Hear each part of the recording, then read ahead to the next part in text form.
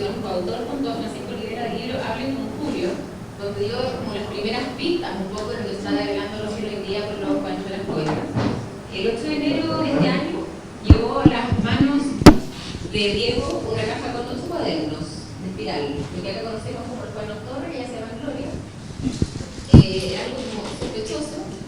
Diego no sabía lo que se estaba enfrentando. Todos estos cuadernos habían sido escritos por Oscar Centeno, quien fue por más de 10 años el chofer de Roberto Barata, hombre clave del exministro de Planificación del Kirchnerismo, Julio de Diego. Desde ese día la vida de Diego cambió. Estuvimos la tarde conversando y ahí nos contó un poco cómo había cambiado. Ahora les va a contar a ustedes. Lo que encontró ahí era la confirmación de las sospechas y los hechos que llevaba reporteando desde hace varios años. Varias centenas de páginas donde Centeno registró con detalle todos los movimientos de plata, en maletas, bolsos que iban de una oficina a otra y eran las coimas que llegaban desde el sector privado para abultar los bolsillos del kirchnerismo. Bueno, hoy gracias a esta investigación están pasando cosas todos los días. O sea, de hecho Diego ahora me muestra una marcha multitudinaria que hay en Buenos Aires en contra de Cristina, de la cual Diego escapó para venir a Chile. Y bueno, el caso abrió, en el fondo reventó una burbuja que no sabemos bien dónde va a llegar. Entonces, muchas gracias Diego por estar aquí. Y quería preguntarte un poco, hoy día que estás más famoso que La Nata, que Macri, que Tinelli, que... o sea, ya eres el más famoso lejos dentro de Argentina. Y bueno, y también en Latinoamérica. No sé si te han pedido selfies acá en Chile, pero nosotros... Pero bueno, me imagino que ya no puedes caminar tranquilo por la calle en Buenos Aires. Entonces quería que me contaras un poco cómo cambió tu vida desde que se hizo público este caso. Bueno, gracias por invitarme. La verdad que necesitaba unas horas de distancia y me vino justo. Hay, como digo, una marcha en Argentina por este tema. Están todas convulsionadas las redes sociales y siempre es mejor estar lejos para mí, porque yo nunca me involucré en nada de este tipo de cosas. ¿Qué cambió en mi vida? Bueno, sí, cambió. Digamos, yo siempre fui un periodista relativamente con bajo perfil, más allá de que el transcurrir de los años en una redacción finalmente te termina por generar una exposición, ¿no? O sea, y más ahora, donde los diarios están como mucho más multimedios, digamos, ¿no? Donde hay varios formatos de una misma información, a veces en el curso del día, entonces nos obliga a hacer otras cosas, pero siempre, digamos, más metido yo en la información que en la exposición de la información, ¿no?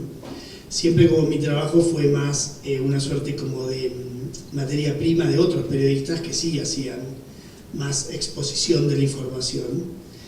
Y esto, bueno, nada, me generó una suerte como de enorme exposición. Lo que más me llama la atención y no me deja de sorprender y en algún punto, hoy les decía, un poco abrumar, es esa cosa social, ¿no? De ir al supermercado a comprar jabón en polvo, por ejemplo, cosas que hacemos los mortales y que me pare gente, en general, por suerte, hay más cobardía que lo que uno cree, ¿no? Y en general las agresiones y demás son por redes sociales y detrás de anónimos y demás, y no se te acerca demasiada gente a decirte cosas feas en la cara.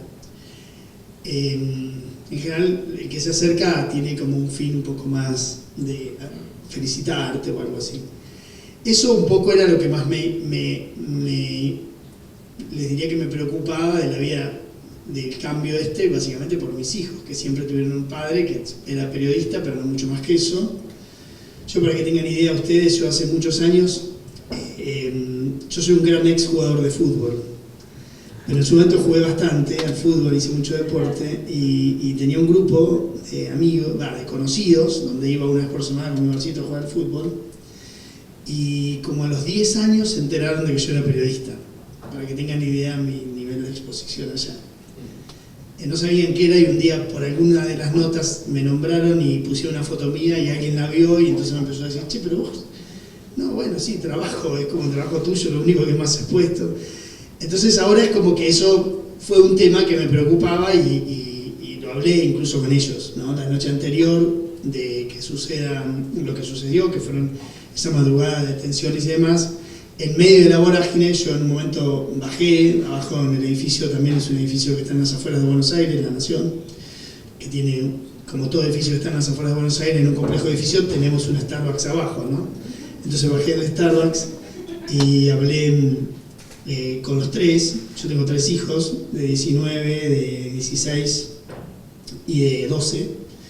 Y les dije, bueno chicos, mañana va a suceder lo que usted, de la investigación, se va a conocer. Ellos lo sabían, en qué andaba, pero obviamente ninguno de ellos jamás me pidió ningún detalle, ¿no? Porque ellos están en otros temas. Y les dije, bueno, sepan que mañana van a decir de todo de papá, sépanlo, van a leer lo que se les ocurra de papá, les dije, y bueno, hay que bancárselas en unos días y demás. Y no dieron mucha bola, ¿no? Pero bueno, yo tenía la sensación y las ganas de decírselo. Cambió después en cuanto a lo periodístico, porque digamos, quedé integrado a un equipo, a una redacción que se dio vuelta desde ese momento, ¿no? Los que conocen los medios gráficos, nosotros venimos de ser un medio gráfico y ahora somos obviamente una plataforma multimedia, pero estamos absolutamente integrados, donde hay muchos de los históricos editores del papel ahora arrancan la jornada en la mañana, donde tenemos nuestro pico de audiencia a media mañana, ¿no? Entonces ha cambiado todo.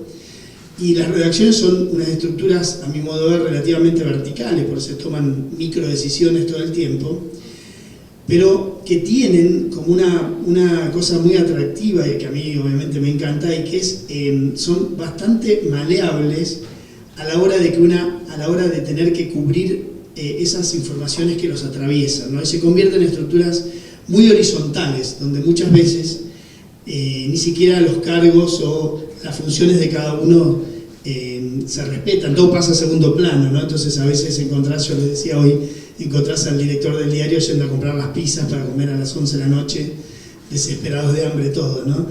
Y eso sucede muchas veces, a nosotros nos pasa en elecciones, en época de elecciones, donde hay un trabajo extraordinario y obviamente cobertura también extraordinaria, y todos intentando hacer lo mejor que podemos, desde la gráfica hasta la cuestión de las aplicaciones que desarrollamos para las épocas de elecciones, o sea, todos trabajos muy, muy horizontales. Y esta vez se vio lo mismo con una noticia, ¿no? Donde nosotros además éramos parte, porque finalmente me había involucrado yo, pero en algún punto involucré a todo el diario en esta patriada. Entonces quedé como metido en un grupo así muy impresionante, con una energía tremenda, por tratar de hacer la mejor cobertura posible, muy apañado y les diría muy mimado por todos. Y bueno, vivir esos momentos periodísticos son únicos, ¿no? En el diario ese día o al otro día me regalaron, hay como un acto simbólico, cuando se va gente de muchos años en la redacción, el diario le imprime la última tapa del diario y se la regala, y entonces a mí me regalaron la tapa de ese día, firmada por todos. Entonces fue un momento así como muy movilizante y se generó como mucha empatía, un grupo de trabajo que muchas veces o que a veces por la monotonía, muchas veces de las noticias o de las coberturas, está un poco aletargado, ¿no? Entonces revivir eso realmente fue impresionante. Yo quería preguntarte algo que todos queremos saber. En el fondo, el 1 de agosto la policía hizo los primeros arrestos. Y por fin tú pudiste contar esta historia que tenía guardada de hace 6 meses. Qué difícil tiene que haber sido tomar la decisión de no tener esa primicia, en el fondo. ¿Cómo fue esa decisión de renunciar al golpe periodístico y que dejar que actuara la justicia antes de publicar? ¿Qué cosas pasaron? ¿Cómo fue un poco esa decisión? Si te cuento todo lo que pasó, te voy a aburrir. Les puedo resumir un poco. En una enorme ansiedad cuando recibí este material, que como digo era absolutamente distinto a lo que conocemos, porque acá no hay sofisticaciones de sociedades triangulando dinero por 10 paraísos fiscales, ni mucho menos, sino que hay un personaje muy central en la trama del anterior gobierno que recorría empresas de primera línea en búsqueda de dólares que se entregaban en bolsos en los subsuelos en general. Entonces es una trama, uno diría, relativamente sencilla. Ahora, la sencillez que acarrea tiene una contrapartida, que es la complejidad de la prueba. Yo pasé por la Facultad de Derecho en algún momento, no ejerzo el derecho, pero bueno, estudié Derecho, me recibí, y siempre tenía eso en la mente, ¿no? ¿Cómo hacer para probar esto, no? Y básicamente ahí veía yo un punto a solidificar de alguna forma. Entonces siempre al momento de publicarlo, o de tener la tentación de empezar a publicar algo, porque podía publicar una punta sin contar todo, siempre me topaba con esta, por así decirlo, barrera mental que me había puesto de decir que básicamente lo que voy a hacer es tocar la campana, ¿no? O sea, la alarma de incendio. Iba a encender, vieron, en Buenos Aires está en caso de incendio rompa el vidrio, bueno, iba a romper el vidrio.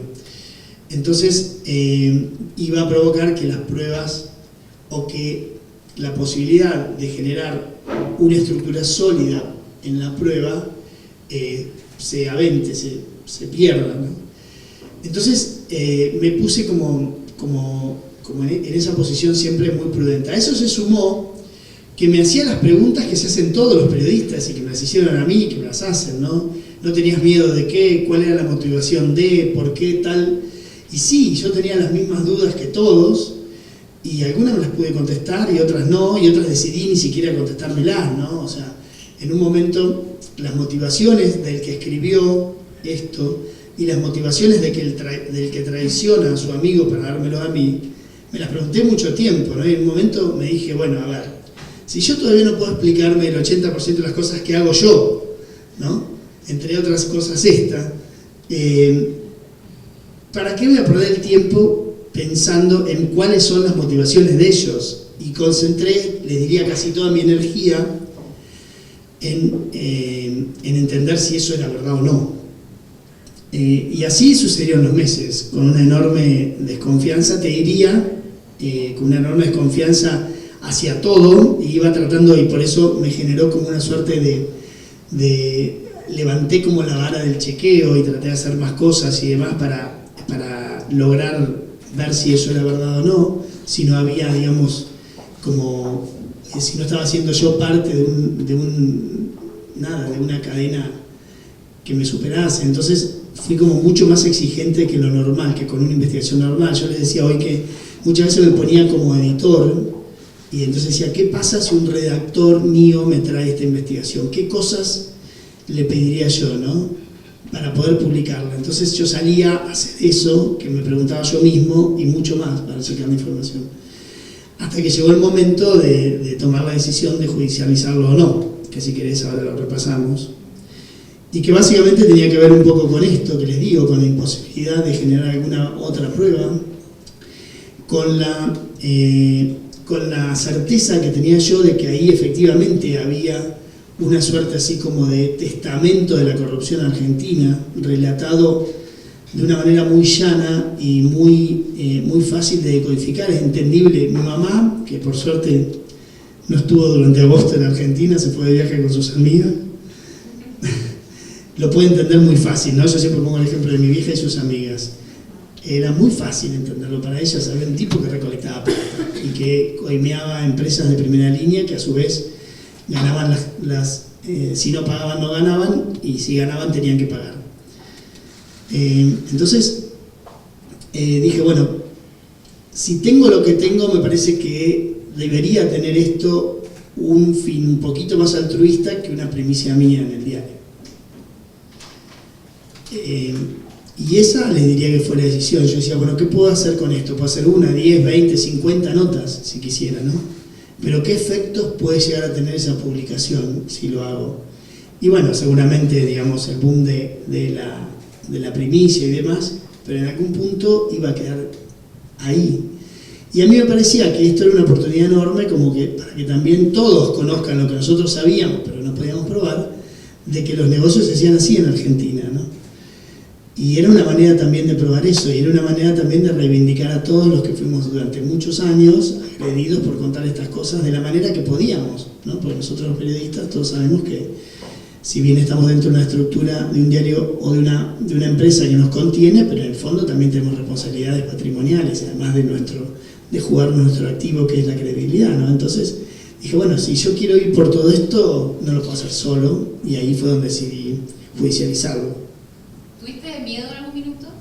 Dijiste, ¿me puede pasar algo? Igual estabas jugando con fuego en el fondo y le estabas entregando además toda tu carpeta de investigación, que era algo que valía mucho, a terceras personas, en las cuales tampoco sabías si podías confiar. ¿Cómo fue esa vez? Sí, tuve miedo, cantidad de veces, muchísimas veces. Porque, ¿cómo fue la decisión? Si querés empezamos por ahí. En un momento dije, bueno, esto, como le doy vueltas a esto, y lo primero que hice fue hablar con un fiscal federal, ¿no? Que son los que investigan este tipo de delitos. Nos juntamos en un bar en Palermo, le dije, mirá, tengo que hablar con vos, somos porteños, o yo no soy porteño, pero ya tengo las costumbres, así que todo funciona en los bares, ¿no? En Buenos Aires. Entonces nos juntamos a comer, a desayunar, y entonces yo le dije, bueno, mira, tengo esto, y saqué 500 fotocopias. Imagínense el fiscal sabueso como pocos, sí, pero ¿esto dónde sacaste? ¿Qué es esto? Empezó a leer, yo le empecé a mostrar algunas partes. Y bueno, no lo podía creer. Y entonces me dice, ¿qué vas a hacer con esto? Entonces le dije, bueno, esto lo tengo de tal fecha, bueno, le conté, básicamente, y de cuáles eran mis dudas, y de cuál era la decisión que en ese momento estaba pensando, que no la tenía del todo resuelta. Estamos hablando mediados, por el 20, 22 de abril. No lo tenía absolutamente resuelto. Entonces, ahí empezamos a ver cuáles podrían ser los caminos posibles. Había un juez, que es el que está interviniendo ahora, que ya había, por una denuncia espontánea que hizo la ex mujer de quien escribió, ya tenía conocimiento del caso. Perdón, del caso no, ya tenía conocimiento de este personaje que era un chofer y que le había ido muy bien en su vida económica a raíz de este trabajo. Entonces él ya había hecho unos pequeños movimientos, algún allanamiento, una cosa menor, y de hecho fue eso lo que determinó de que este hombre saque los cuadernos de su casa por temor a que lo allanen, ¿no? Entonces no es que yo elegí el juez, ni mucho menos, había un juez. Entonces, bueno, es este o este, no hay forma. Y ahí empezamos a negociar con el fiscal en varias noches, noches digo porque él es bastante noctámbulo, yo también. Entonces nos juntábamos tipo 10, 11 a ver, digamos, cuál era el camino y qué se podía hacer con eso y demás, en su departamento o en diferentes lugares. Y fuimos delineando un poco la estrategia. En un momento pensamos en la posibilidad de dárselo, como sucede muchas veces, a algún tipo de dirigente del tercer sector o de la política, que lo haga público otro, o que lo denuncie otro, para no quedar yo tan expuesto. Y ahí decíamos, bueno, si hacemos eso, básicamente pierde una gran parte, porque justamente era un aporte de la prensa, con la independencia que nosotros creemos que representamos, y siempre todas las personas que se nos ocurrían tenían un juego político determinado y algún interés político mucho más encontrado que el que tenía yo, que básicamente yo quería tener un interés periodístico muy fuerte, pero no más que eso. Entonces ahí empezamos a definir, y bueno, finalmente el 10 de abril declaré en la causa. La foja 1 es mi declaración, declaré unas 10 páginas, han sido como 6, 7 horas, y ahí conté básicamente lo que ya el fiscal ya sabía, ¿no?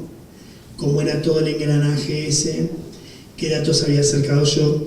Entonces les dejé, obviamente, las copias y las fotos de los originales, y les dejé también una base de datos, que es la que nosotros habíamos utilizado, que habíamos pasado todos esos cuadernos en limpio, los habíamos convertido en una base de datos con nombres, domicilios, sociedades, socios, fechas, obviamente, dominios de los autos, bueno, que se imaginen, que lo usábamos para poder relacionar datos. Entonces le dejé todo, y bueno, la negociación fue durísima, porque en un momento yo desconfiaba obviamente de ellos, y ellos a su vez de mí. Entonces yo les decía, bueno, ¿qué pasa si me traicionan? ¿No? Y entonces me decían, ¿y por qué te vas a traicionar? Y bueno, pueden traicionar, les decía yo, porque en realidad no los conozco y demás. Y me dicen, bueno, vos también nos podés traicionar a nosotros y contar todo mañana y hacer de esto, difuminar todo lo que estamos trabajando. Entonces, obviamente en esa desconfianza se construyó paradójicamente la confianza, ¿no? Porque finalmente yo los corría bastante, ya estaba un poco más envalentonado en ese momento, total estaba. Y entonces le decía, ustedes estoy seguro que me van a traicionar, ¿no? Me van a traicionar, le decía yo, lo van a filtrar o Pero claro, era una enorme, imagínense, una enorme oportunidad también para hacer negocios. ¿Cuánto vale que eso no salga para alguno de los empresarios que estaba ahí, ¿no? Entonces, ahí yo le decía, yo voy por la verdad. ¿Quién va por la verdad acá, no? Entonces yo los iba azotando un poco y creo que en esa desconfianza finalmente se termina por construir la confianza. Podría ser una historia de traiciones. Bueno, claro. En realidad, hoy decíamos, ¿no? Fue una historia de traición, es una historia de traiciones del hombre que traiciona a su jefe, por así decirlo, al que le da trabajo y anota cada uno de sus movimientos con alguna finalidad que puede ser el altruismo o la miseria, no lo sé, me inclino más por una. Y el amigo al que él le da para que lo cuide, me lo da a mí también, digamos, ahí hay una traición. Y yo estaba en medio de un lugar donde tranquilamente nos podríamos haber traicionado los tres, porque ellos tampoco, ¿por qué iban a confiar en mí? Yo les decía, como mi carta de presentación era, escúchenme muchachos, yo lo tengo de enero y cerré la boca. O sea que alguna, digamos, sí, pero lo podés hacer mañana, ¿no? En general, las denuncias sobre un tema son motivo de cobertura en un diario. Entonces yo podría haber hecho una crónica fantástica con mi denuncia, ¿no? Si hubiera querido. Bueno, lo real es que así funcionó. En medio de la desconfianza se construyó básicamente un núcleo hiper cerrado que sorteó, no solamente, que es lo que a mí más me asombra, sorteó a todo el mundo. El gobierno no sabía nada de esto. El presidente se enteró cuando leyó el diario esa mañana. Fue una cosa increíble, nadie sabía nada. En el diario nadie sabía. De hecho, todo el mundo cree que nosotros teníamos todo listo y no teníamos nada listo, porque como yo no le había contado a nadie, esa noche nos quedamos todos trabajando, a los que le conté, a un grupo de 15 más o menos, esa noche donde iba a suceder todo, nos quedamos todos, una parte en la redacción, yo me fui a mi casa con uno de los chicos que trabajaba conmigo y estuve trabajando ahí, después venía otro grupo a las 6 de la mañana, ya venía otro grupo, después dejamos fotógrafos de guardia, pero nadie sabía nada.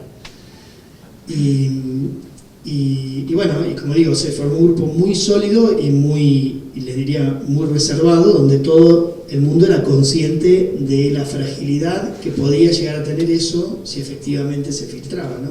Y vos me decías del miedo. En la primera conversación me acuerdo que hubo un momento que yo estaba hablando con alguno de ellos y empezó una discusión entre dos funcionarios judiciales sobre si yo tenía que tener o no custodia. Entonces le decían, escúchame, le decía uno al otro, conmigo adelante, le decía, por $5.000 lo matan. Y entonces yo decía, bueno, por lo menos pensaba, se está devaluando el peso, son unos pesos más, ¿no? Le va a costar un poco más en peso, pensaba, claro. Claro, bueno, entonces, y el otro le decía, no, pero pará, dice, este grupo tiene los colmillos limados por los que van a caer presos. Y entonces decía, sí, no te creas, pero 5 lucas, escuchame, lo tiene cualquiera, es un ciclomotor, le decía uno. Bueno, ahí empezaron a debatir si me iban a matar o no, básicamente. Y yo creo que también fue un poco, digamos, imagino que también fue para que yo tome conciencia de donde me estaba metiendo, ¿no? En un momento uno le dice al otro, mirá, dice, no hay antecedentes en el corto plazo en Argentina de este tipo de delitos que se haya matado por venganza. Sí por silencio, ¿no? Sí por silencio se ha matado. De hecho, Nisman es uno de los casos, ¿no? Y hay un par de casos más. El fiscal que estaba investigando el acuerdo con Irán y terminó muerto en su departamento, teóricamente suicidado. Lo real es que, decían, por venganza no hay muchos antecedentes, por silencio, bueno, por silencio sí era la cosa. Así que, digamos, era fundamental que no se filtre nada. Y con ese paradigma, digamos, trabajamos. Oye, Diego, una cosa que todos un poco queremos saber, ¿qué viene para adelante? Ya sabemos que hay 12 detenidos, 14 imputados arrepentidos, 15 indagados, van sumando todos los días, creo que hoy día cayó otro. Y en la medida que caen estos con la ley del arrepentido, que bien parecido a la delación compensada aquí, creo que es un poco menos, le da menos garantía en el fondo al que se arrepiente. Puede ir de todas maneras preso, pero van a empezar a salir nuevos casos, van a salir nuevos nombres, y también queremos saber si en los cuadernos hay algún chileno. ¿Hay algo que no sepamos? imagínense si digo sí, uno. No, a ver. Lo que sucedió para entender es esto, básicamente. Había como una división de tareas importante dentro del gobierno anterior, como en todos los gobiernos. Este núcleo que tenía que ver con este chofer y este funcionario, Barata, y este ministro debido, que a su vez tenía otras áreas, es un camino de varios que había, ¿no? Es un carril de la autopista. Entonces, estos se dedicaban a todo lo que tiene que ver con grandes obras de energía. Por eso también la recaudación era millonaria, ¿no? Estamos hablando de construcción de usinas, construcción de centrales térmicas, bueno, usinas, ¿no? Térmicas, grandes obras de gasoductos, ¿qué más? Todo el tema de construcción de redes de alta tensión, o sea, todo lo que es infraestructura grande de energía. Entonces, hay un universo enorme de corruptos, tenemos corruptos en todas las áreas, pero que no aparecen en este andarivel, ¿entendés? Ahora, ¿qué fue sucediendo? Esto es interesante que lo vayan entendiendo. ¿Qué fue sucediendo? Que el primero que se arrepiente dice, yo le pagué coimas, efectivamente, lo que dice, el primero que se arrepiente es el chofer, que dice, todo lo que está ahí es verdad, todo lo que está ahí lo escribí yo, todo lo que relaté ahí me sucedió, y de todo lo que está ahí soy testigo. Por lo tanto, los cuadernos pasan a ser casi, te diría que una cuestión lúdica, ¿no? Porque tenés un testigo presencial, cambiaste una prueba documental privada por una prueba testimonial muy fuerte. Vos podrías carear, si querés, a este hombre con cualquiera de los que niegan algunos de sus actos. Entonces pasaste a tener una prueba mucho más determinante. El primer empresario que se arrepiente dice, sí, yo le pagué coimas a este funcionario. ¿Cuánto le pagaste? Tanto. ¿Cómo le pagaste? De esta manera. ¿Por qué le pagaste? Porque si no, no me sacaban los pagos de la obra pública. Entonces, si yo no les pagaba el 20% de cada vez que presentaba un certificado de obra, no me sacaban el próximo y tenía 1000 empleados. Bueno, listo, vaya a su casa. El próximo fue contando algo más, y contando algo más, y contando algo más. Hasta que llega uno, porque justamente el instituto del arrepentimiento en Argentina, que se llama imputado colaborador, requiere que ellos se hacen cargo de un delito, se van a su casa con una carpetita donde ya tienen un delito adentro, que es básicamente el delito de cohecho o pago de coima, tratando de zafar con esa estrategia de la asociación ilícita que tiene penas más altas. Cosa que no sé si lo harán, si el juez todavía no decidió eso. Entonces, fue subiendo la vara. Cada vez que alguien contaba más, vos tenés que contar algo que sirva para que la investigación tenga un hecho más para investigar. Entonces fue subiendo la vara hasta que llegó uno, que era el jefe de la obra pública, básicamente el presidente de la Cámara Argentina de Construcción, que es el organismo, la entidad gremial, empresarial, de todos los constructores, pero donde están representados todos los constructores de obra pública, donde contó el sistema. Bueno, nosotros nos juntábamos en tal lugar, a tal hora, en tal dirección, en tal piso, y venían las licitaciones que teníamos y decíamos quién le iba a ganar. Íbamos decidiendo más o menos de acuerdo al trabajo que tenía cada uno para que todos tengamos trabajo. Entonces con eso le decíamos al gobierno, el gobierno simulaba la licitación, salía, y después contó que el 20% del adelanto, que es lo que le dan a un contratista para que inicie la obra, contrate personal, arme el obrador, termine, por así decirlo, las cuestiones de ingeniería y demás, eso se lo tenían que devolver entero. Y empezaban la obra con el IVA, ¿no? O sea, imagínense, una obra de 100 pesos, o que le daban 100 pesos de adelanto, ellos devolvían los 100 pesos y empezaban la obra con 21. Se entiende que es el IVA nuestro. Diferían el IVA, o sea, que arrancaban la obra con una deuda de IVA, ¿no? Entonces imagínense lo que era ese contrato, de ahí en más, y más en un país con inflación, imagínense, y con insumos, era imposible de cumplir, las obras finalmente terminaban siendo traumáticas, carísimas, y muchas veces ni se terminaban. Entonces, así, ese hombre dio el esquema de la obra pública. Entonces, ya el que vino tuvo que dar algo más. Y entonces vino un constructor que también dijo, no, yo no me quiero quedar, porque ¿qué sucede? Que si ellos van y niegan, el juzgado no les cree y los mete presos. Le dijo, no, flaco, está todo probado. ¿Qué me venís a decir que vos seas que el impoluto en un mundo de corrupto? Anda a un penal común, cárcel común. Todos los detenidos están en cárcel común, no están en una cárcel, están en cárcel común. Entonces, el que vino, había un constructor que vino y dijo, yo pagué coima. Le dice, estimado, vaya a su casa, usted tiene buena memoria, recuerde que otra cosa hacía en otro rubro, que usted también tiene empresa, que básicamente es el transporte, y cuando tenga los recuerdos frescos, venga y regrese. Volvió otra vez, no dio, digamos, vieron el salto en alto, cuando te ponen la garrocha y no llegás y tenés otro tiro más, lo mandaron de vuelta a su casa. La tercera vez contó cómo era el esquema de recaudación del transporte, porque él, según la constructora, tenía una empresa de transporte. Entonces dijo, nosotros recibimos centenares de miles de millones de pesos en subsidios porque el gobierno anterior congeló la tarifa y entonces iba compensando con subsidios y teníamos que devolver todos los meses el 5%. Solamente ese constructor recibió tanto dinero que el 5% del dinero que recibió son 43 millones de dólares. Para que se entienda las cifras. Y él dijo, nosotros entregábamos el 5%. Entonces, ya ahí se abrió otro vertical, ¿entendés?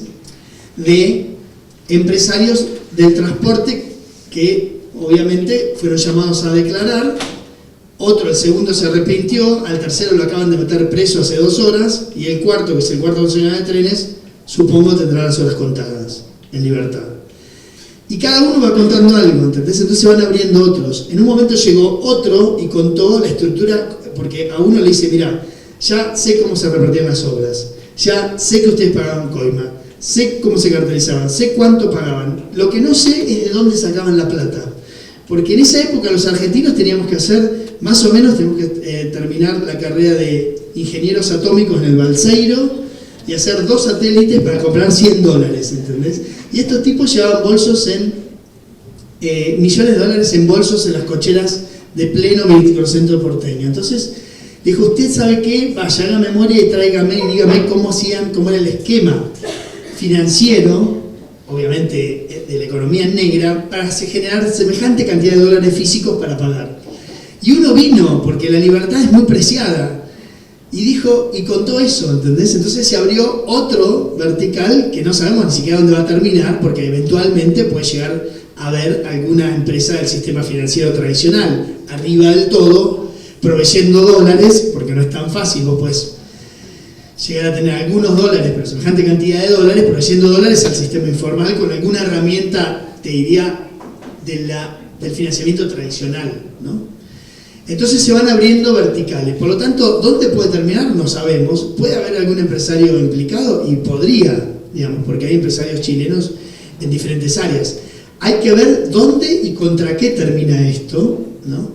Y ver un poco esos, como te digo, verticales, así que se van abriendo a raíz de las declaraciones de los funcionarios o de los empresarios. El viernes pasado, para que tengan idea, el secretario de Obras Públicas de Cristina Kirchner, un funcionario que está el presidente, el ministro y el secretario, que ustedes lo deben recordar porque fue el hombre que tiraba bolsos en el convento, esas imágenes deben haber recorrido el mundo y acá sin duda que llegaron. Bueno, él, que estaba hasta hacía 2 días en el alegato de ese juicio, negó todo, se sentó frente al fiscal y reconoció todo. No se conoce mucho de su declaración, yo tampoco lo conozco porque está todo bajo secreto de sumario, pero básicamente él el que manejaba la obra pública federal, ¿no? El que le daba obra pública a todos los gobernadores e intendentes. Por lo tanto, ahí abrís otro, digamos, camino a la política y todos los días aparece algo distinto. Por lo tanto, ¿quién te dice que alguna vez no lleguemos al consumo masivo, por ejemplo? Bueno, me imagino que todos quieren hacerle preguntas a Diego. La idea no es dejarlo solamente para nosotros y que todos puedan preguntarle cosas, así que voy a dar la palabra al público para que puedan preguntarle.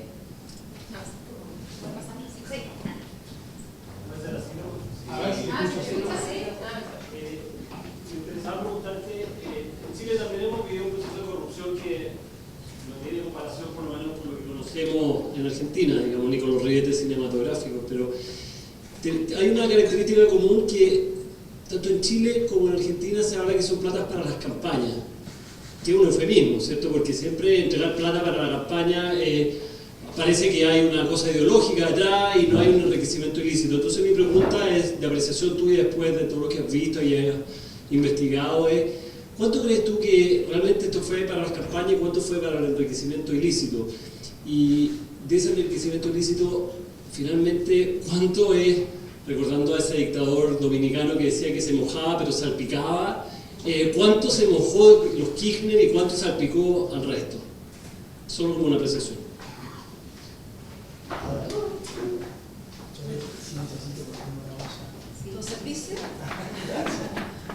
Mira,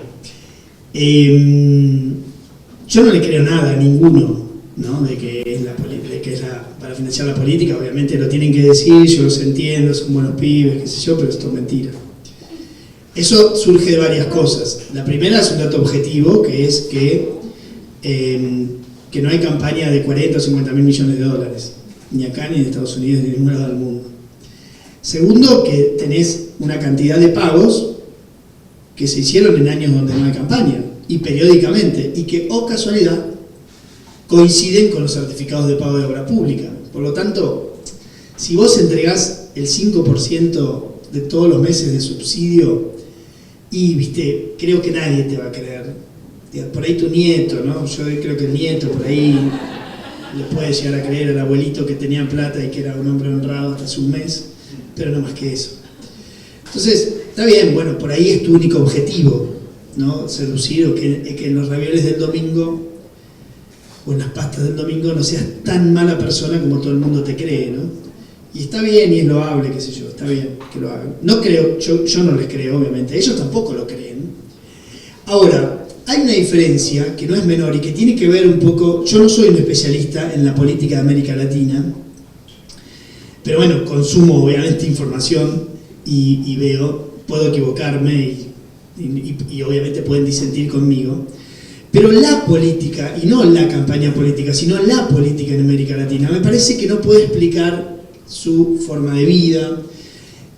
Una vez yo le decía a un político, vos no podés explicar el traje que tenés puesto, no te estoy diciendo la casa, el traje que tenés puesto, no lo podés explicar con tus ingresos en blancos. Y el tipo se reía con sorna, obviamente, porque yo sí podía explicar claramente mi traje o mi saco que tenía puesto en ese momento, y que claramente tenía un par de ceros menos que él. Pero lo real es que la política, como este esquema de gente que vive del Estado y de la militancia,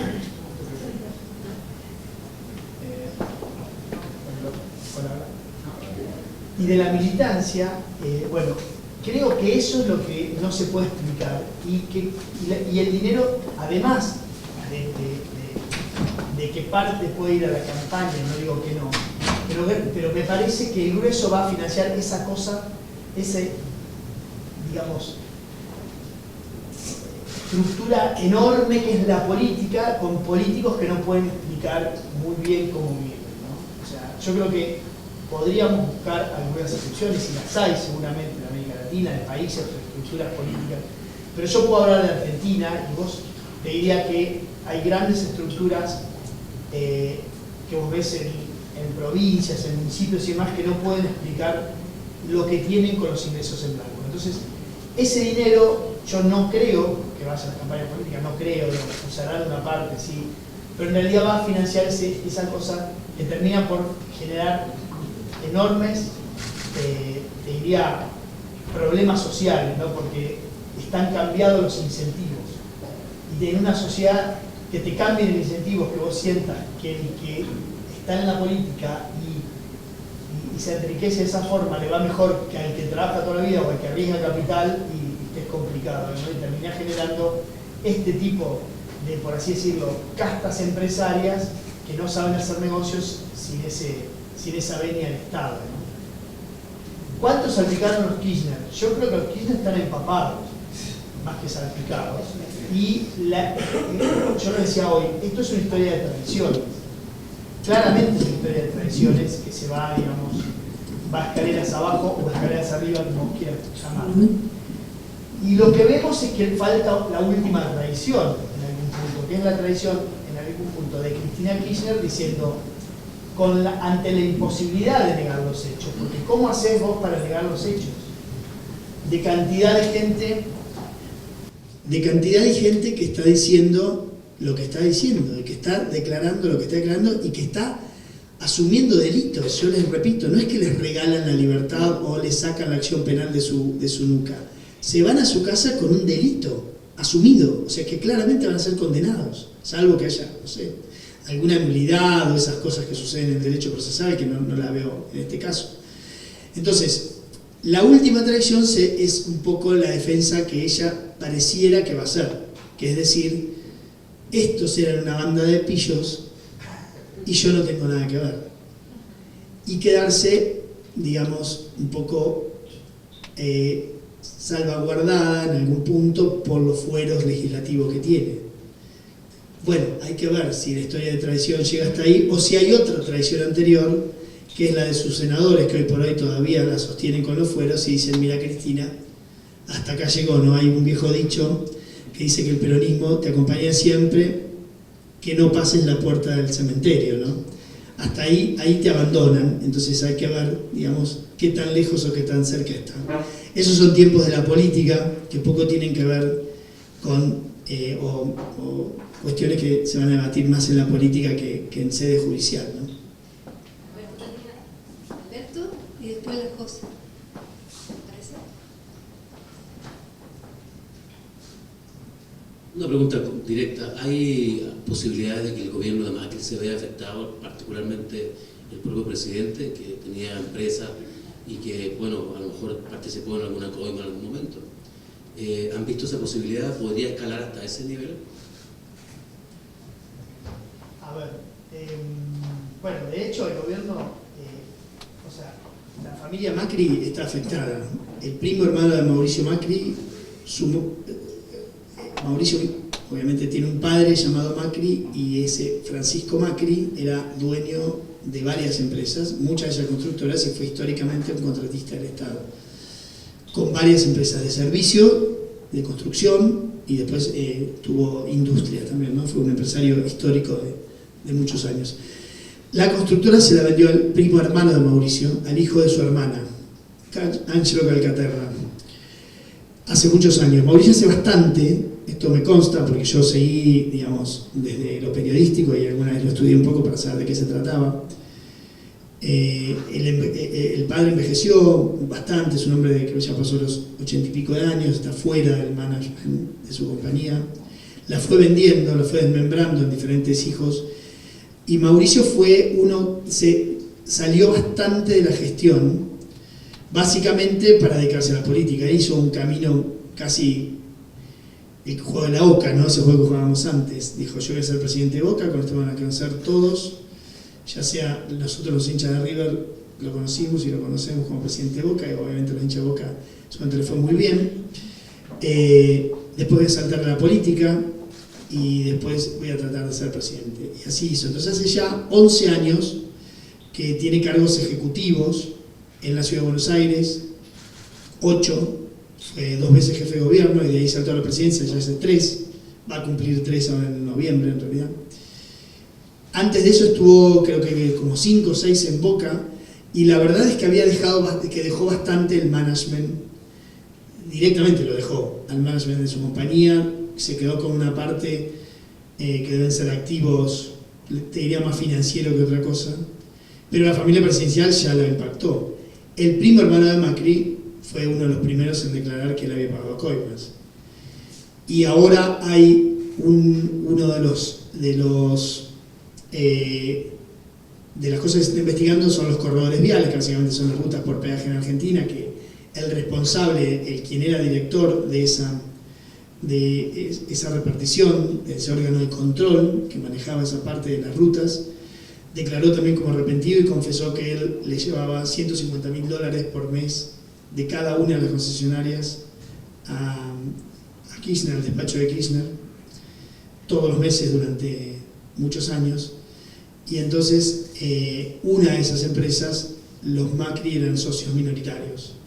Así que seguramente le va a afectar a la familia. Al gobierno le está afectando muchísimo, muchísimo, porque frenó todos los planes de obra pública, encareció el financiamiento, subió el riesgo país, y te diría que el otro día creo que alguien del diario hizo un cálculo de la evaluación bursátil de gran parte de las compañías argentinas, y desde que se destapó esto perdieron 8.800 millones de dólares de evaluación bursátil. Así que imagínate que sí lo afecta.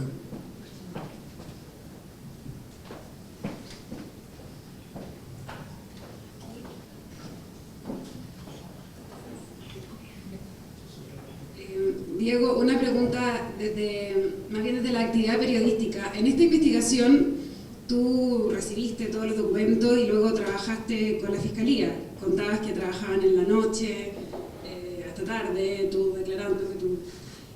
antes de que se diera a conocer públicamente. En Chile el Ministerio Público es un actor que está permanentemente en actividad semipolítica, uno podría decirle, y en el escrutinio de la prensa. ¿Cómo queda la relación de compromiso, de alguna manera, tuya y de la Nación con la Fiscalía? Y como contracara a eso, ¿cuál es la independencia que tiene para otros casos que ustedes estén reporteando de aquí en el presente y en el futuro, con un organismo como la Fiscalía?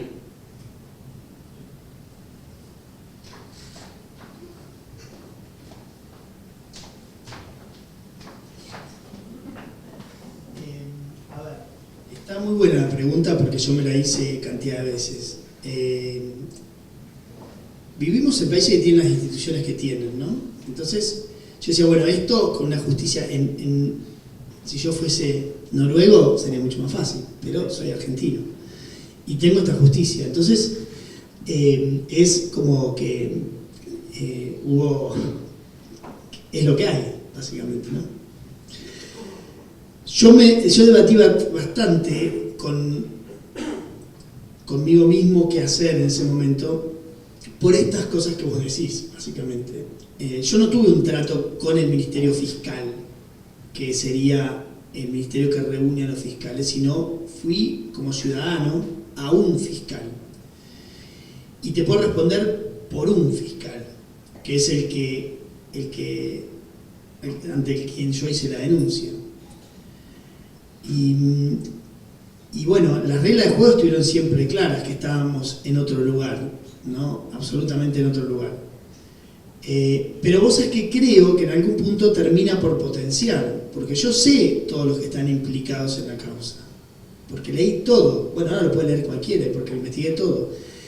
Y creo que en algún punto también nosotros ejercemos una suerte de control sobre lo que él hace o deja de hacer, o lo que pide o deja de pedir, ¿no? Si mañana yo viese que hay alguna empresa que está dando vuelta, que por alguna razón extraña están todas sus colegas menos una, y bueno, yo lo voy a contar, porque, digamos, yo soy periodista y yo cuento esas cosas. Y bueno, la relación que tengo con él tiene que ver con este caso. Y la que él tiene conmigo hoy por hoy es igual a la que tiene con todos los colegas. Nosotros no tenemos más información de lo que está sucediendo en la causa.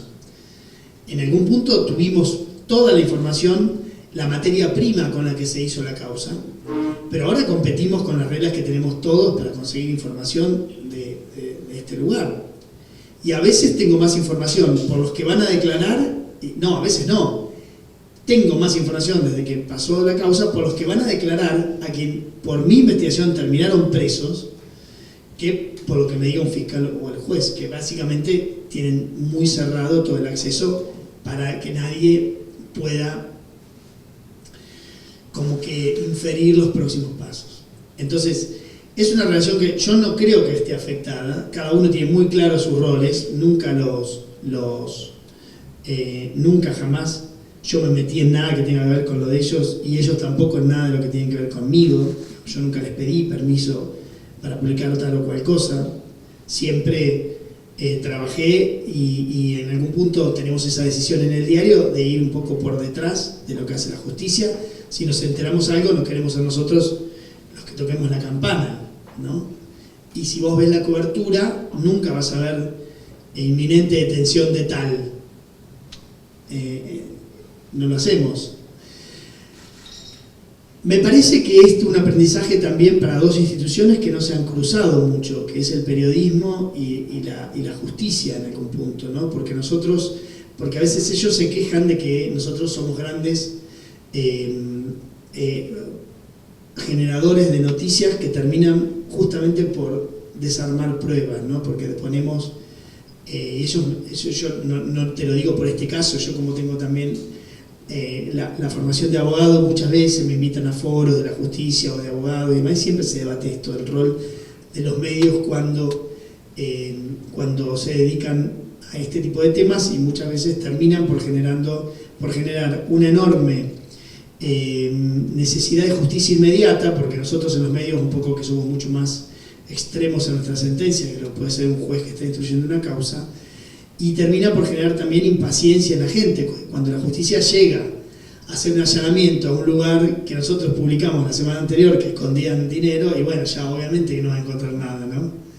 Entonces hay una relación siempre como de intereses contrapuestos en algún punto.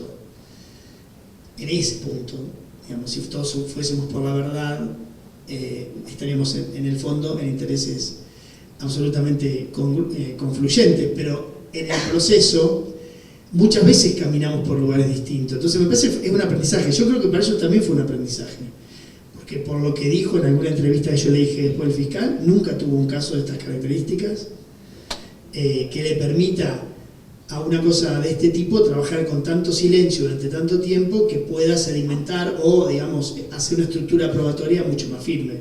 Es un aprendizaje para todos. Yo no le tengo temor a tener que, digamos, criticar a ese fiscal o al otro o al de al lado en una eventual causa y demás. La verdad que no le tengo temor a eso.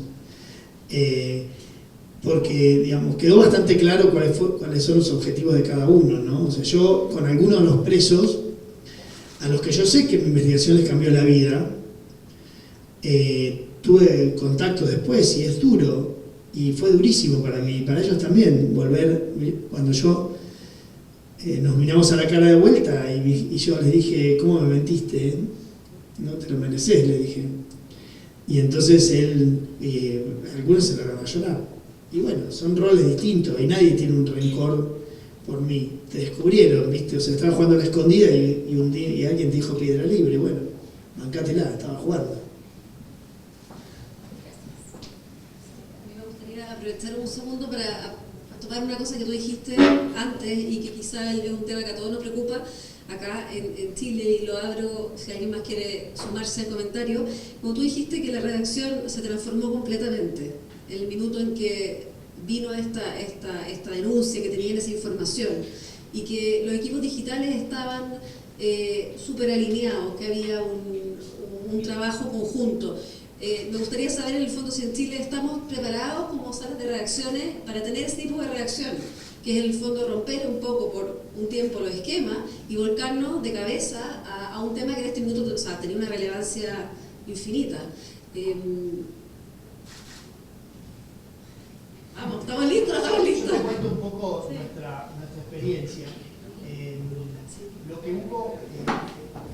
hubo fue un hecho extraordinario. Extraordinario no digo por fantástico, sino extraordinario por lo que no es ordinario, no pasa todos los días. Y eso nos generó como una mística. Imagino que debe ser un mundial de fútbol para un diario deportivo, ¿no? O para una página deportiva. Entonces nos generó como una mística, se regeneró esa mística que suele pasar a veces, que a nosotros la vemos muy seguido cuando son épocas de elecciones. Nuestra redacción está prácticamente integrada, no hay demasiada división. Por ahí hay alguna. ¿Tú preferiste esperar al diario el día siguiente? No. Nosotros dimos todo a las 6 de la mañana. ¿Todo a las 6 de la mañana? Todo. Subimos nosotros esa noche, la experiencia de esa noche donde yo llego al diario y digo mañana sucede algo que no lo van a poder creer, y se lo cuento ahí, no lo sabía nadie más que el secretario general de redacción y el dueño y uno de los dueños, o sea, 2 personas. Y ese martes a la noche le dije, bueno, mañana cambia la Argentina, muchachos, y todos me miraban como diciendo no sé qué. Bueno, cuando éramos 15, más o menos en una reunión donde integramos fotógrafos, integramos la gente de arte, infografía y demás, todo lo que hace, toda la cuestión multimedia, obviamente los editores, los editores de papel y los editores web. Esa noche del martes, nosotros sabíamos que todo iba a suceder en la madrugada, porque hay una historia de que este tipo de allanamientos se hacen cuando están durmiendo, ¿no? Así que sabíamos que iba a ser en la madrugada. Y entonces en ese momento tuvimos una reunión entre 15, José del Río, que el secretario no estaba de vacaciones, llegaba a las 5 de la mañana, 4:40, me acuerdo que me dice, llego 4:40, me esperan, y yo le digo, me parece que llegas tarde.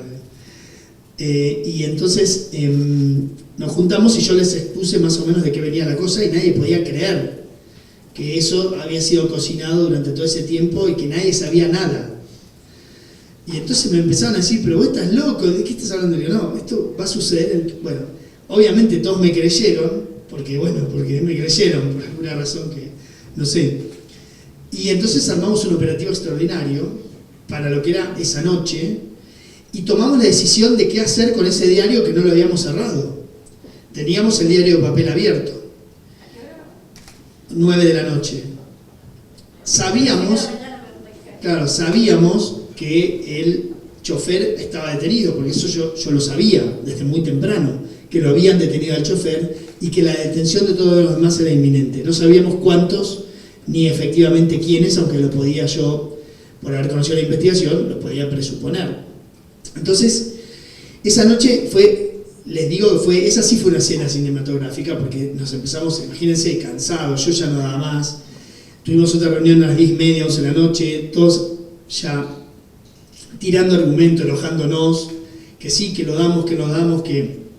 Entonces me decía, mira, Diego, si esto es como vos decís, hay 200 tipos que lo saben, porque si van a detener a 15, 20 personas, pónganle 5 o 6 policías por cada uno de los detenidos, ya ahí nomás tenés 100 personas, más había previsto unos 35 allanamientos de empresas muy grandes, imagínense otro tanto. Entonces, ya además imaginamos que todos los integrantes del juzgado de la Fiscalía ya lo tenían que saber en ese momento. Entonces decíamos, bueno, nos lo van a dar en otro diario, alguien lo va a dar.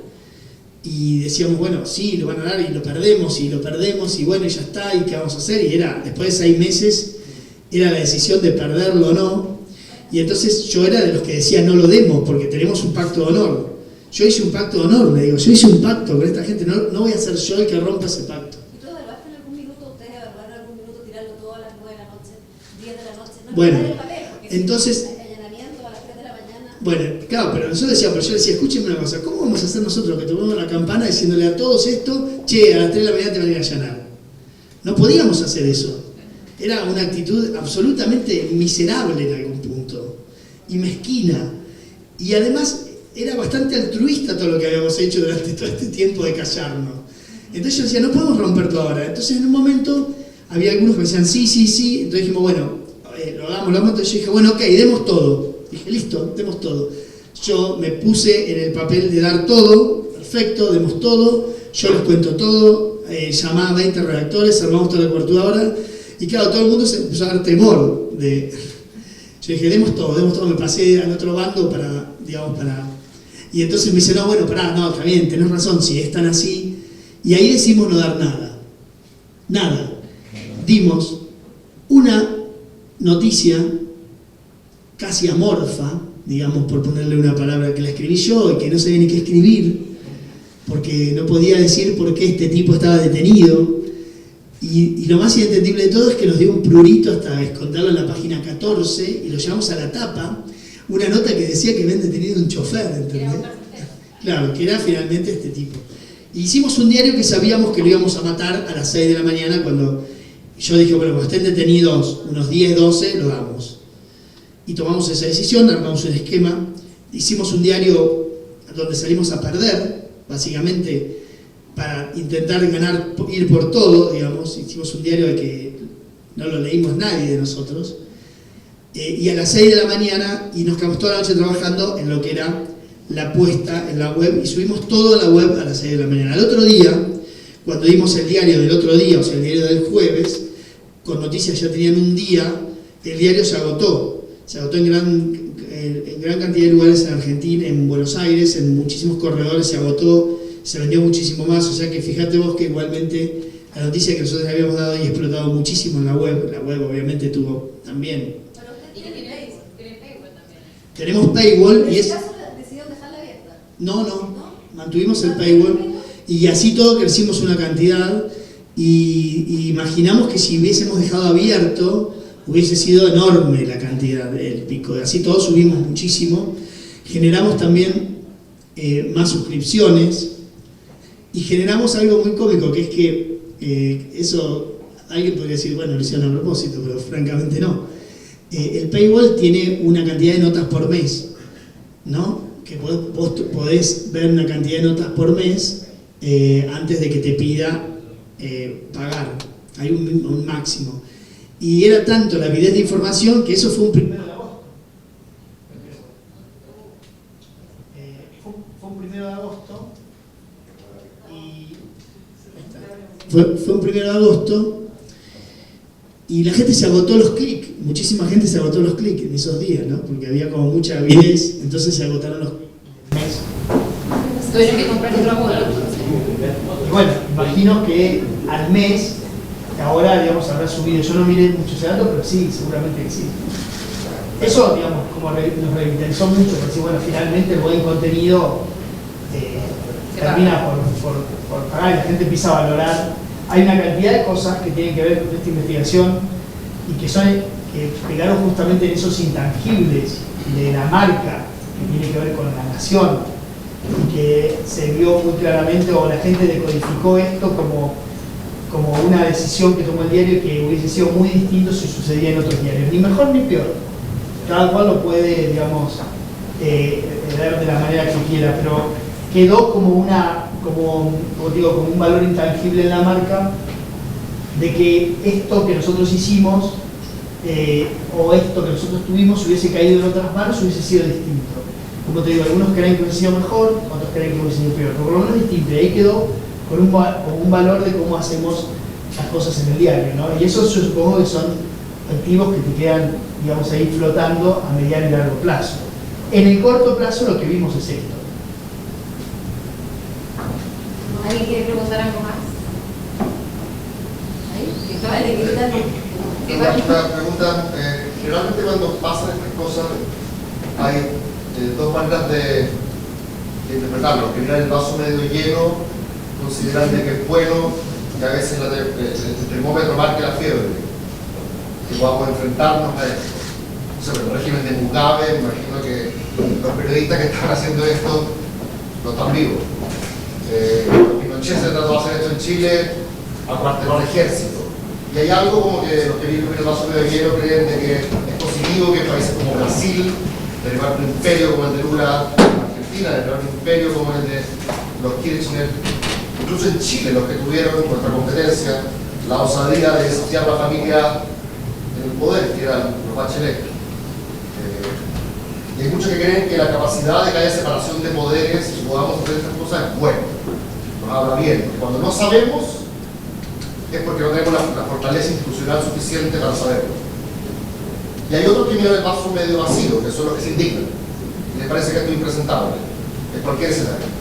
Y tú hablaste al comienzo de que había una especie de marcha ahora. Y mi pregunta es, ¿quiénes son los que se indignan acá? Porque al gobierno de Macri parece que no le conviene sacarle más punta a esto.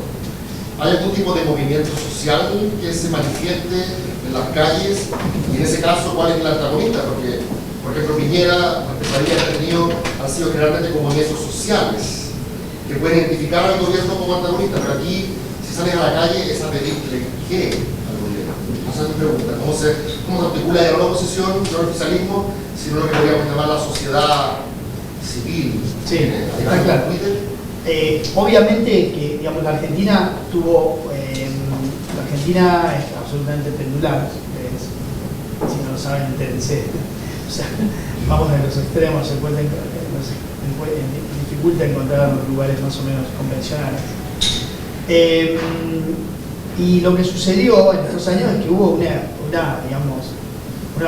división de la opinión pública enorme, donde los hechos, yo hoy lo hablaba con ellos, que los hechos pasaron a ser materia opinable, ¿no? O sea, y es impresionante eso, y a mí como periodista me movilizó muchos años. El hecho de que yo decía, miren, viste, porque algunas veces hablando con mis amigos, básicamente, con quien están en el mundo. Yo decía, a mí me tocó hacer periodismo en un momento donde los hechos no valen tanto, ¿no? Y vale más la opinión. Y si es voluptuosa, mejor. Yo no sé si ustedes pudieron hacerse un perfil mío en este momento, pero yo no soy un tipo voluptuoso para las opiniones. Más bien prefiero los hechos. Entonces me tocó ser periodista pobre, básicamente, ¿no? Es una regla de juego y está todo bien. Entonces hubo un desprecio por los hechos. Yo siempre se lo digo a mis alumnos, soy profesor de maestría en el MBA en Buenos Aires. Siempre digo, hay un desprecio por los hechos y eso hay que empezar a corregirlo. Entonces acá se empezó a decodificar de por qué, de todas situaciones, de que si estaban los servicios de inteligencia y hay una parte que denigra los hechos. Y los hechos ya no son presentados por mí, ni dichos y repetidos por mí, ya son dichos por empresarios, por exfuncionarios. Hay un jefe de gabinete de Cristina Kirchner, no mi tío abuelo, ¿entendés? Que siempre me dice que yo escribo bien.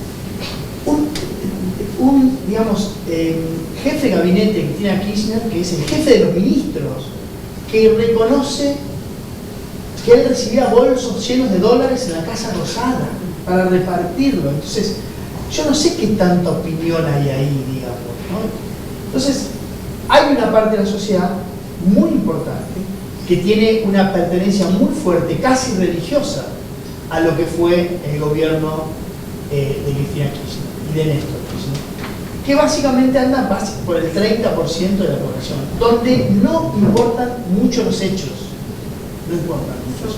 Algunos, ¿no? Porque el primo de Macri también dentro de este paquete sí importa, ¿entendés? Pero no los otros. Y bueno, y hay que convivir con eso. ¿Qué es lo que está sucediendo ahora, no? Que vos tenés, bueno, la prensa muy criticada también por estas voluptuosidades y por el show más que por la noticia, donde se igualaba, ¿viste? También bajó la calidad de muchas cosas, bajó la producción, entonces no tenés 20 programas que pueden mandar un móvil a recorrer la Patagonia para contar el conflicto mapuche, ¿no? Entonces sí tenés grandes estudios muy lindos para invitar a 20 personas, a las que no les pasa ninguna, o muy pocas, para opinar del conflicto que sucede en Tierra Mapuche, o en la Patagonia. Entonces, eso iguala también al que conoce la tierra aquella y al que está opinando desde Buenos Aires, leyendo el libro con mucha propiedad, puede ser, pero digamos, con una distancia de los hechos. Entonces, vos tenés ahora que el periodismo en algún punto, la gente lo decodificó, muy lejos de cuál era nuestro objetivo, pero lo codificó como un salto de calidad. El periodismo puede hacer esto también, hacer una investigación concienzuda y morderse la lengua durante 7 meses en pos de algo. La justicia, y cuando digo la justicia, estamos hablando de los que están interviniendo en este caso, no el colectivo Justicia, pero los que están interviniendo en este caso, están mostrando una celeridad que no hubo nunca. Y también un compromiso en un momento donde había que guardar silencio y todos mantuvimos ese compromiso. Entonces, una justicia muy vapuleada por la opinión pública también está dando en parte una respuesta. El gobierno también está dando una respuesta, porque en parte esto sucede ahora porque es mucho más, no hay presiones como había antes. Yo no hablé nunca con Macri, yo le decía, yo no lo conozco. Hablé 2 o 3 veces, señala alguna cobertura, lo conozco de luego 20 veces, hablo con todos sus ministros y hablé con todos quienes son colaboradores, pero tengo trato con él, no hay una presión. Y te puedo asegurar que la justicia en este caso tampoco está sobre. De hecho, como te digo, el segundo arrepentido de la causa, o el tercero en realidad, después de Centeno, fue el primo del presidente. Que fue un viernes, se presentó solo, estaba preso su número 2. El número 2 de la empresa de la familia Macri estaba preso, detenido. Y el número 1 de la empresa de la familia Macri, que es el primo de Macri, fue y dijo, efectivamente, él pagó porque yo le dije que pagara, porque si no, no teníamos obras. Y asumió el como que la marcha. Bueno, entonces, tenés ahora, como te digo, diferentes sectores que están dando respuesta. La política, hace 2 semanas, que tiene para tratar un pedido, no de detención ni de desafuero, del juez, que le dice, déjenme allanar los domicilios de la expresidenta, porque considero que ahí se podrían haber cometido delitos. el primer miércoles que tenía que tratarlo fue el famoso debate del aborto en Buenos Aires, y después, como terminaron cansados de semejante debate, no lo trataron. Pasó al miércoles pasado. El miércoles pasado se sentaron todos los diputados del oficialismo, menos dos, que estaban uno de viaje y otro con licencia, y algunos aliados del peronismo, y el peronismo decidió no sentarse a dar quórum, ni siquiera para tratar el proyecto, no de desafuero, repito, sino para allanar los domicilios, ¿no? ¿Qué más quisiera uno, si es inocente, que probar su inocencia? Pues los senadores, no bajaron a dar el quórum. Entonces, si vos no tenés la mitad más uno, no puedes empezar el debate. Bueno, el debate no sucedió, no hubo debate, no bajaron, no se sentaron, como dice mi amigo, no apoyaron sus trastes en sus bancas. Y no hubo debate. Entonces, mañana es la tercera semana donde se tendría que tratar esto, en el recinto del Senado. Entonces, hoy, muchos ciudadanos me están diciendo a la justicia, flaco, acá no hay un delito que tiene que ver con la inmunidad que necesita un parlamentario para poder opinar libremente de cualquier cosa y no sufrir presiones por sus opiniones. Hay un delito del derecho penal común, ¿no? Donde hay una asociación ilícita y donde hay cantidad de dejarlo al juez a llevar a su casa. La política no se sabe bien qué va a hacer. Hay muchísimos, problemas para armar quórum, para juntar quórum, básicamente por temores. El Senado tiene representantes de las provincias, hay muchos problemas de las provincias para creer que, o muchos temores de las provincias de que esto finalmente termine también por afectarlos. Por lo tanto, es una presión de un sector social que le está diciendo a la política, muchachos, se terminó esto de que en la Argentina el Senado sea un lugar para proteger delitos, ¿no? Entonces el colectivo tiene que ver con eso, por así decirte, hartazgo de la política que hasta ahora no ha dado ninguna te diría, señal de que se enteró que toda la sociedad está movilizada por esto, ¿no? Tampoco no hay, digamos, ningún proyecto de ley de transparencia, no hay nada, no se ha presentado nada, está como sorprendido de que esto le llegue, ¿no? Porque, como te digo, esto es mucho más allá de las campañas y tiene que ver con sostener una estructura de la política, ¿no? Que nos afecta a muchos. Entonces, hay, te diría, muchos ciudadanos, obviamente, muchos también cercanos al gobierno, que dicen, bueno, se terminó, no puede ser que le sigamos dando protección a una senadora por este tipo de delito, a ella o a cualquier otro, ¿no? En la Argentina viene el senador y está condenado por tráfico de armas. Y como hay todavía una apelación pendiente de la Cámara, no sé dónde, tiene sentencia en primera instancia confirmada por segunda instancia, confirmada por casación, y como hay todavía un eventual ahí articulito dando vuelta en la Corte, el Senado dice, o los peronistas, que son los compañeros de bancadas, dicen, nosotros hasta que no haya sentencia firme, no lo dejamos, no lo revertimos por fuera. Entonces, eso tiene que ver con eso. Bueno, yo les quiero dar muchas gracias por venir. Vamos a seguir conversando afuera, más relajados, con algo para comer, para algo para tomar, pero queremos que esta discusión se continúe afuera, así que no se vayan, para que sigamos conversando sobre la importancia del periodismo, cómo este caso refleja lo importante que es para la democracia y cómo tenemos que también cuestionarnos siempre cómo hacer mejor nuestro trabajo. Yo creo que este caso en particular nos pone un reto súper importante. Muchas gracias. Bueno, gracias.